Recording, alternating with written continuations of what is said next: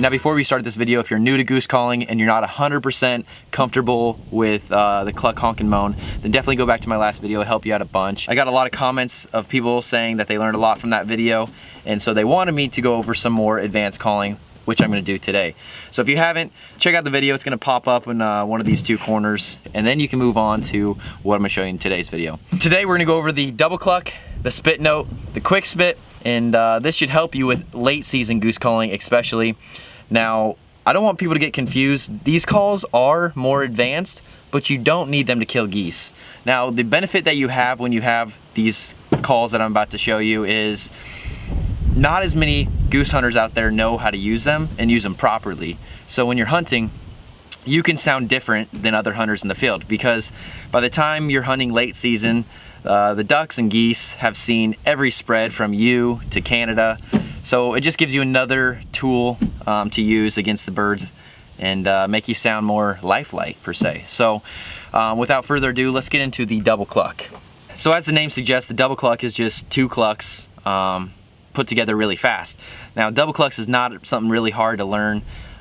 It's all about the technique, but the key is you gotta have your cluck down first. The main reason why you'd wanna use a double cluck is just to sound like more geese in the field. If you have a lot of callers, there's really no need to have a double cluck. But you know, once you get more advanced, double clucks just come naturally, really, because you're just moving so quickly. So like I said in my last video, when you're goose calling, you want to have the tip of your tongue planted at the bottom of your bottom teeth, right where your gums and your teeth meet. You want to have the tip of your tongue just glued there all the time. And what's making the sounds is the back of your tongue. The fatty part of your tongue is what's moving. That's what's causing the air flow and pressures to change, breaking over the reed in the call. So when you're doing a double cluck, most people would think, well, the back of your tongue's got to hit the roof of your mouth twice, right?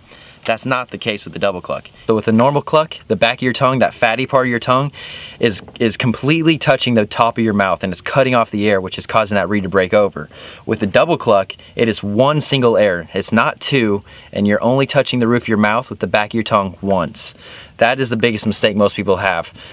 On that first cluck, all you're doing is you're suffocating the air, you're slowing it down with the back of your tongue at the top of your mouth. You're not completely touching though. You're only touching the back of your tongue to the top of your mouth on that second cluck. So for example, you're blowing and you're suffocating it, and you drop your tongue. That's when the second cluck starts, and then you're finishing it with at the top of your mouth. Through the back of the call. And that's a one breath. So this is what it should sound like.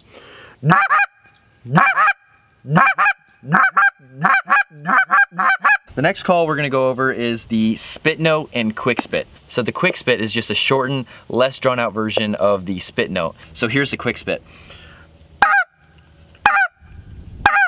And then here is the spit note. Now I found it's a little more easy. Hold on a sec, there's some ducks.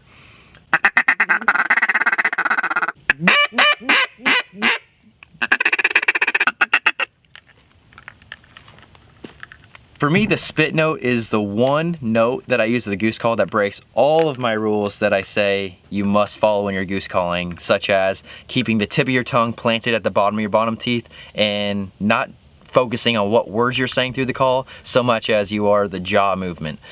With the spit note, I am saying a word through the call. I'm saying to-hoo, to-hoo, to-hoo. And I'm also not letting my tongue say planted at the bottom of my bottom teeth. Now the spit note is still possible with the tip of your tongue at the bottom of your teeth, but for me, I tend to get more of a goosey sound when I use the tip of my tongue at the top of my mouth and dropping it down.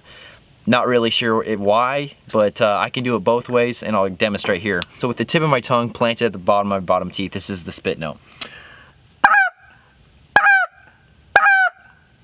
When I don't glue the tip of my tongue at the bottom of my teeth, this is what my spit note sounds like.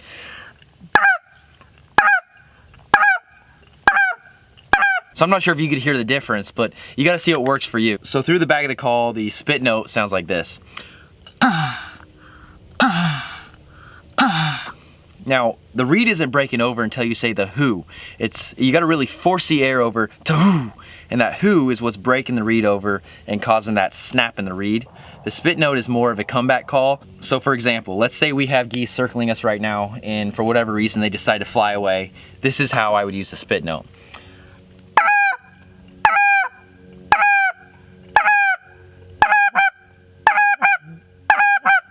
and then I'll supplement it in with some clucks like I did at the end there. But that's what I'll use the spit note for. Now I use a quick spit a lot more often than the spit note, and what I use that for is just to supplement my calling. Here and there I'll throw in a little quick spit, sometimes in the low end, sometimes after a honk and a moan. It's definitely a great call to use, but it can be risky if you're not 100% comfortable with it. So there's that. I hope you guys enjoyed this video. If you did, please give the video a like, and if you're not already a subscriber, be sure to subscribe. Also, if you or someone you know is new to waterfowl hunting, check out my website, crohq.com. On this website, you'll find an ebook that I recently made, Collin, Randall Outdoors Guide to Successful Waterfowl Hunting. There's a lot of great information, very valuable, and it's well worth your money, so definitely check that out. I also have a lot more merchandise coming to my website, so please check it out. Help me out so I can keep making videos like this and helping you guys out. Folks, on my calculation, it's 8-11, and that's 10 geese. If you're new to waterfowl hunting or just not seeing the results you want, check out my ebook at crohq.com. It's on sale right now. You'll have really cool Snapchat stories like Collin here, covered in geese. All my secrets are there. You're gonna be an expert hunter in no time.